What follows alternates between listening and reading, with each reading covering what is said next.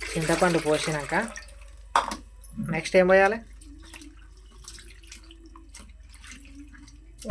మామిడికాయ గీకత. నెక్స్ట్ మామిడికాయ అనేది గీకాలి. తగినంత బెల్లం వేసుకోవాలి. బెల్లం మంచిగా కలుపుకోవాలి. అంతా బాగా కలుపుకుంటే అంత పచ్చడి మంచిగా అవుతుంది.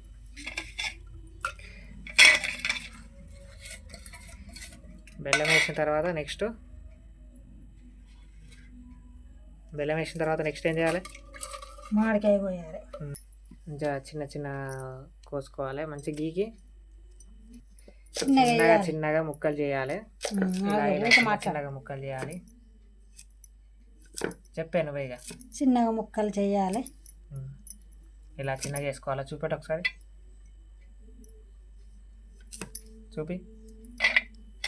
కోసి వేయాలి. చిన్నగా ముక్కలు చేసుకోవాలి. కలపాలి. ముక్కలు చేసుకొని కలిపేటప్పుడు చెప్పాలి మళ్ళీ. దాన్ని ఎట్లా చేసుకోవాలి? ముక్కలు చిన్న ముక్కలు చూపెట్టు ఒకసారి. ముక్కలు చిన్నగా ఇలా చిన్నగా వేసుకోవాలి. ముక్కలు చిన్నగా వేసుకొని మనం ఏదైతే ఫస్ట్ అవన్నీ వేసుకున్నామో తర్వాత ఈ మామిడికాయ వేసుకోవాలి.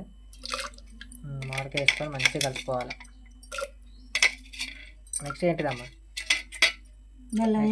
బెల్లం వేసిన మామిడికాయ, చింతపులుసు, బెల్లం, మామిడికాయ, పువ్వు వేయాలి. ఇంకా వేప పువ్వు వేసుకోవాలి.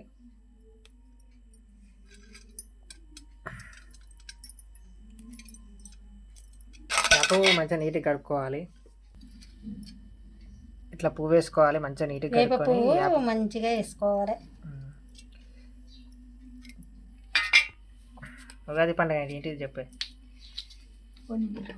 అన్ని రుచులు, చేదు, తీపి, అన్ని రుచులు కలిసేదాన్ని ఉగాది అంటారు. ఇది మా పచ్చడి రెడీ అయిపోయింది. మీకు నా వీడియో నచ్చితే లైక్, కామెంట్, షేర్ చేయండి.